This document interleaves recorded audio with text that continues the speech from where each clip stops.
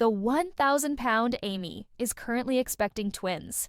Everyone in the family is asking how Jay got married just a few days ago and now has twins, and her husband, Brian Lovehorn, is thrilled to hear the news.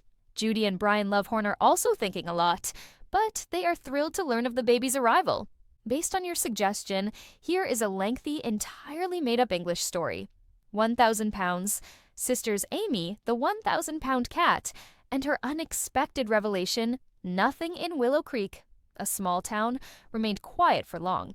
Particularly when it came to Amy, the renowned 1,000-pound cat who had become a valued member of the Lovehorn family and a local celebrity. Large and fluffy like a living cloud, she was sweet and remarkably elegant for her size. She was more loved than anything in the world by her husband, Brian Lovehorn. The home awoke one cold fall morning to an odd noise. Brian's ecstatic yelling reverberated through the corridor. "Amy, Amy, it's unbelievable!" he yelled as he hurried into the living room where Amy was idly rubbing her enormous paws. Bewildered, Amy blinked slowly. "Brian, what is it?" she purred. Brian displayed a brief report from the town's veterinarian, Dr. Jellywhiskers. "You are going to have twins." Amy widened her golden eyes like saucers. "Twins? Are you certain?" That quickly, Brian's face lit up with happiness as he nodded. "Indeed, we will soon become parents." The word got around the Lovehorn home more quickly than a rumor.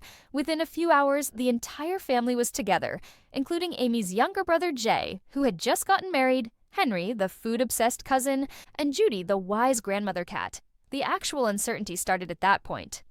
"Hold on, how is this even possible?" Judy adjusted her small glasses and inquired. "Jay recently tied the knot last week. How is it possible that Amy is already expecting twins?"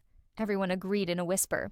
For a brief while, even Brian scratched his head, attempting to mentally calculate the answer. Jay, meanwhile, appeared even more perplexed. I'm not sure." Jay stumbled. "Avoid staring at me. I recently got married. 1,000 pounds sisters." Amy's laughter was so loud and deep that it shook the furniture. "Calm down, everybody. It's not Jay who is expecting twins, but me." However, the family's rumors just got funnier. In a dramatic whisper, Henry said, "Perhaps the twins went back in time." "Or perhaps it's a miracle from the great cat's spirits," Judy exclaimed. Jay gave a headshake. "Or perhaps this house needs a snooze for everyone."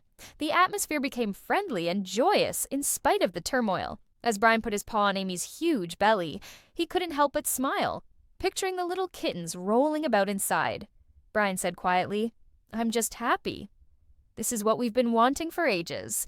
Amy gave him a tender nuzzle. "Me too." The family honored Amy with a little gathering that evening. Jay brought a basket of presents for the soon-to-be kittens, Henry made a huge bowl of salmon stew, and Judy baked her renowned tuna cheese pie. The house was filled with excitement, love, and laughing. It didn't matter how quickly the news arrived. Amy's health, Brian's excitement, and the arrival of 2 new small members into the Lovehorn family were what counted. Amy curled up next to Brian while the stars glistened above Willow Creek. She muttered, "I think these twins are going to make this family even happier." "And chaos," Brian said, putting his tail around hers. Both of them chuckled, already picturing the journey that lay ahead. Amy, the renowned 1,000-pound cat, demonstrated that even the largest hearts may occasionally be found in pairs, and so started the sweetest, funniest chapter of her life. 1,000-pound sisters, I can go on with the birth, the personalities of the babies, or another dramatic turn if you like. But as Tammy Slayton sat in the backyard of the Slayton residence, her heart thumping more loudly than the cicadas, the warm evening light lit the Kentucky sky in gold. Months had passed since she made the decision to tell her family the truth. However, terror encircled her like shackles each time she attempted to speak. Tammy's life had been filled with hardships, including health problems, emotional difficulties, a period in rehab, the death of her first spouse, and the protracted process of coming to terms with herself. But for some reason, this moment felt more significant than the others. Inside the house, Amy and the children were preparing dinner when they heard laughter coming from the kitchen. Amanda was screaming at the TV about a rerun of one of her crime series, while Chris was assisting Amy in chopping veggies, but he was mainly just eating them. Tammy inhaled deeply. The night was tonight. She had had enough of hiding. "I'm sick of acting." At last, she wanted to be open about her identity. The family gets together. Can you all come outside for a moment, Amy? Through the screen door, Tammy called. She trembled when she spoke. Amy saw right away. Amy, Chris, Amanda, Misty, and even the children were gathered around Tammy on the porch in a matter of minutes. The yard was painted in a gentle darkness as the sun had set. Squeezing her hand, Amy reached across. "What's going on, Tam? You appear quite anxious." Tammy took a deep breath. "I've been wanting to share something with you all for a very long time." There was silence on the porch. Even the children leaned on their mother after realizing how terrible the situation was. Chris crossed his arms. "Well, sis, spit it out. We are related. Nothing you say will cause us to stop loving you." Tammy experienced eye burns. She gazed at the sky as it grew darker. "All right," she muttered. "I am a bisexual person." The quiet that suffered. There was silence for a while. Tammy's chest constricted. 1,000-pound sisters. She prepared herself for criticism, perplexity, or disillusionment. Rather, she caught Amy's sniffle. Amy went over and put her arms around her sister, saying, "Tammy, we will always love you, honey." Why did you feel the need to conceal that? Tammy's cheeks began to well up with tears. "I'm not sure. I simply didn't want to stir up trouble. I also didn't want to let anyone down." Amanda's breath came out sharply. "The only thing that disappoints me, girl, is that you believed we wouldn't accept you. Hey, love is love. Our sister is you. That is the only thing that counts." Chris gave a nod. "We're Slaytons. Despite our disagreements, fights, and foolish remarks, we ultimately remain united. No one is judging you here, are they?" A hand was placed on Tammy's shoulder by Misty. "Tammy, you deserve to be happy." "Very pleased." Tammy felt the breath return to her lungs for the first time in a long time. The remainder of the evening was devoted to candid conversation among the family. Tammy talked about the times she realized who she was, her concerns, and how she had been struggling to find the confidence to speak up. Chris lightened the mood by cracking jokes. Amanda gave her such a tight hug that she was having trouble breathing. She was even informed by the children that they loved her no matter what. Later, when everyone had gone inside, Tammy remained by herself on the porch and gazed up at the sky. She was lighter, free, observed. She had been carrying her secret about in her chest like a stone for years. But that stone finally came down tonight. She said to herself in a whisper, "Perhaps this marks the beginning of a new me." And knowing that she would wake up tomorrow, not only as Tammy Slayton, but as the best version of herself, Tammy smiled, softly, calmly, and proudly, as the cool night breeze brushed her face. But after a small traffic check evolved into a much larger one, Amy Slayton was arrested late last night after being discovered in the passenger seat of a friend's vehicle. The word quickly circulated across Dixon. A little package of tablets that didn't belong to anyone was found by officers. The following morning's headlines shouted, "Amy Slayton, star of the 1,000-pound sisters, was arrested. Her family was shocked." The community was abuzz with inquiries, as were the news and TLC viewers. However, the Slayton family was the source of the true storm. It was unusually quiet in the Slayton house that morning. With her oxygen hose bouncing softly with each movement, Tammy sat in her recliner, tapping her fingers impatiently. Chris muttered to himself as he walked the living room. 1,000-pound sisters. "At last," he replied. "Y'all, we have to handle this right." Amy isn't a bad individual. She's simply lost. Tammy's tone faltered. "I was aware that she was under stress, but I was unaware of how severe it was." The door opened at that moment. Amy entered hesitantly, her face pallid and her eyes red. Shame weighed heavily on her shoulders.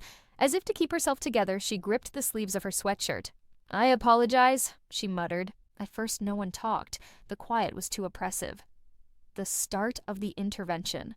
Chris gestured for her to take a seat. "We're not here to pass judgment on you, Amy, but we must speak." Tammy bent over. "Why didn't you let me know that you were having trouble? Your sister is me. I've experienced worse. You could have visited me." Amy dabbed at her tears. "I didn't want to let you down. I felt as though everything was collapsing after the divorce, the operations, the children, etc. I had trouble breathing, eating, and sleeping. I was given medications to relax, but I just made a foolish decision." Her voice broke. Chris gave her a piece of Kleenex. One error does not define you. However, concealing it will abruptly. The door opened once more, and Misty, Amanda, and even Grandma Darlene came in, all of them looking grave. This was not merely a conversation, it was an intervention. Amanda folded her arms. You need help, but we still love you. Genuine assistance, Grandma Darlene gave a kind nod. You're fighting too many battles by yourself, baby. Breaking point. Emotionally, Amy lost it all. I'm worn out, she cried. I've had enough of standing up for everyone. I just wanted one moment where I wasn't feeling like I was drowning. For my kids, the show, the internet. Reaching over, Tammy took her hand. Then allow us to assist you in breathing again. Amy let herself be vulnerable for the first time in months. Chris cleared his throat. We spoke with the counselor already. A nearby treatment program is available. Just counseling, support, and mental health assistance, not rehabilitation. You're not traveling alone. If necessary, we will accompany you to all of your appointments. Amy glanced around at their loving yet concerned looks. Are you going to be there? She muttered. Tammy gave her hand a squeeze. Every fucking step. Amy paused for a long moment before nodding. All right, I will. I don't want to lose myself or any of you. Going ahead. They talked openly about parenthood, stress, loneliness, social media hate, fear, and pressure throughout the evening.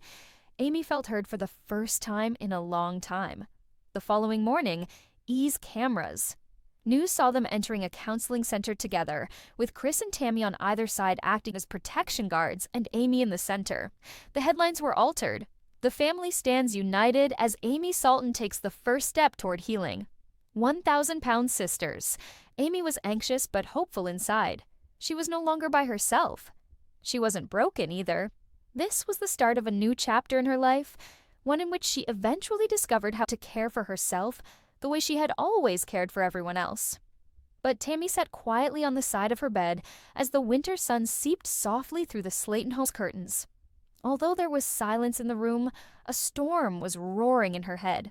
As she gazed at the tiny vape pen on her bedside table, the same gadget that had served as her stress comfort for months, her hands began to shake a little. She was scheduled to see Dr. Randall tomorrow for the last evaluation before to her eagerly anticipated skin removal procedure. She had been dreaming about losing weight for years, and this was the biggest step in her path.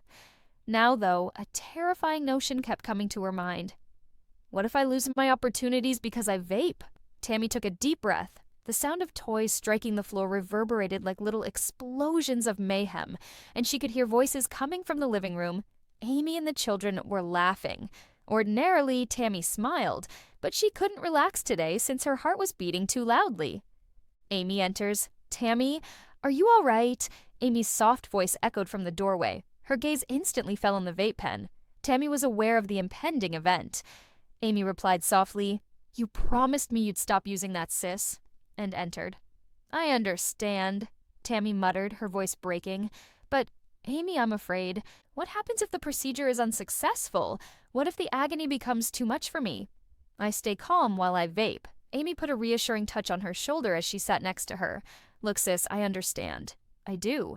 However, as Dr. Randall has already cautioned, vaping may have an impact on your heart rate, respiration, healing, and more. He may decide to postpone the procedure if he discovers that you continue to vape, and I am aware of how important this is to you. With tears welling up in her eyes, Tammy nodded. Amy, I've gone a long way. I am unable to return. I don't want to spend my entire life imprisoned in this body. An intervention in the family. Chris, Amanda, and Misty entered a few minutes later, all of them with anxious expressions. They must have been called by Amy. Perplexed, Tammy looked up. What brings you all here? Chris folded his arms. Because your future won't be stolen by a tiny vape pen? With a gentle face, Amanda sat on the floor directly in front of Tammy. To get here, you battled harder than any of us. You made it through the trach, the oxygen, the facility, everything. Your reward is this procedure. Don't allow fear to rob you of it. 1,000-pound sisters. We're your family, Tammy, Misty continued. In times of fear, you don't fight by yourself. Let us assist you. Tammy's mouth quivered. However, what if I'm unable to stop? You can, Amy asserted. And you will, beginning immediately. Tammy took up the vape pen slowly and shakily, gave it one more glance, and then put it in Amy's hand. Accept it, she muttered. I decide to have the procedure. I make my own life decisions. The evening prior to surgery, Tammy was up that night, gazing up at the ceiling. It was anxiety, not vaping, that made her chest feel constricted. She repeated all of her family's words of encouragement. There was a gentle knock at about 2 in the morning.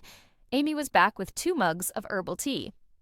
I assumed you were unable to sleep, Amy smiled. How did you find out? Tammy inquired. Since you are my sister. That is why. Your yelling is not as loud as your silence. They both chuckled quietly. Tammy finally inhaled deeply as they sat drinking tea together. Thank you, Amy. It will be thanks to you if the doctor gives me the all clear tomorrow. Amy gave a headshake. No, sis, it will be due to you. At the clinic the following morning, Dr. Randall went over Tammy's test results, checked her vitals, listened to her lungs, and then glanced up. He remarked, Well, Tammy, I'm impressed. You have a clearer voice than previously. You appear to have good numbers. I'm going to approve your surgery if you keep this up. Tammy took a sharp breath. Her heart grew. She started crying, but they were tears of relief rather than terror. Amy gave her a firm hug. Sis, you succeeded. You succeeded. Tammy wiped away her tears and grinned. Stop vaping now. Never again. I have too much of the future to sabotage it now. And she actually believed it for the first time in a long time. But the Slayton home's living room was flooded with a warm glow as the late afternoon sun seeped through the blinds. Amy tapped her foot nervously on the carpet while she sat on the couch. In one hand she held her inhaler, and in the other her car keys. She was getting anxious since she had a driving lesson in 20 minutes. Tammy wheeled herself closer to her sister and said, Girl, if you keep tapping like that, you're going to wear a hole in that floor. It's not skydiving, it's just driving. 1,000-pound sisters. Amy let out a groan. It's simple for you to say. I freak out whenever I see a stop sign because I feel like it's condemning me. Tammy laughed. Your rusty steering wheel is the only thing criticizing you. Tammy's eyes were gentle and supportive in spite of the taunting. They had been encouraging one another to confront their anxieties and become stronger in all facets of life, not just physical ones, ever since they both began concentrating on getting healthy. The disaster of the driving lesson. Amy walked confidently but shakily out to the car when the teacher arrived. While drinking iced tea and providing the rest of the family with colorful comments, Tammy observed through the window. Amy unintentionally honked the horn 5 minutes into the class rather than activating the blinker. After 10 minutes, she spooked a flock of pigeons by turning too quickly into the parking lot. By the end, the instructor said, Well, progress, with a courteous smile. Amy barged in. I nearly ran 3 pigeons over. Tammy laughed so hard she almost fell out of her seat. The birds are faster than you, girl. Since before you were even born, they have been avoiding cars. However, Tammy softened and murmured, You did better than last week, as she noticed Amy close to cry. You're making an effort. That's what counts, Amy snorted. You believe so? I am aware of that. The chaos at the family dinner. The entire family got together at Chris's place for dinner that night. He showed off his homemade, nutritious casserole with pride. Tammy jabbed at it with suspicion. Why does it seem to be evaluating me? Chris gave an eye roll. Aren't you the only one judging yourself? Gage and young Glenn screamed and ran around the table after Amanda's cat before anyone had a chance to eat. Amy tried to stop them, but the casserole nearly fell off the table. The evening was raucous, disorganized, teeming with laughter, and very definitely not tranquil. However, it was ideal for the Slayton family. 1,000-pound sisters, Tammy once said, here's to healthier choices and chaotic dinners, while holding up her glass of sugar-free iced tea. Everyone applauded. Chris revealed 2 weeks later that he had surreptitiously registered everyone for a nearby 5K charity run. Amy let her fork fall. A what? Tammy's eyes widened. Chris, are you attempting our murder? No, attempting to assist you all in demonstrating to yourselves your progress. Despite her lack of conviction, Amy felt compelled to give it a shot. She had put in a lot of effort previously. Perhaps she could overcome this anxiety as well. The sisters showed up on race day wearing vibrant matching attire.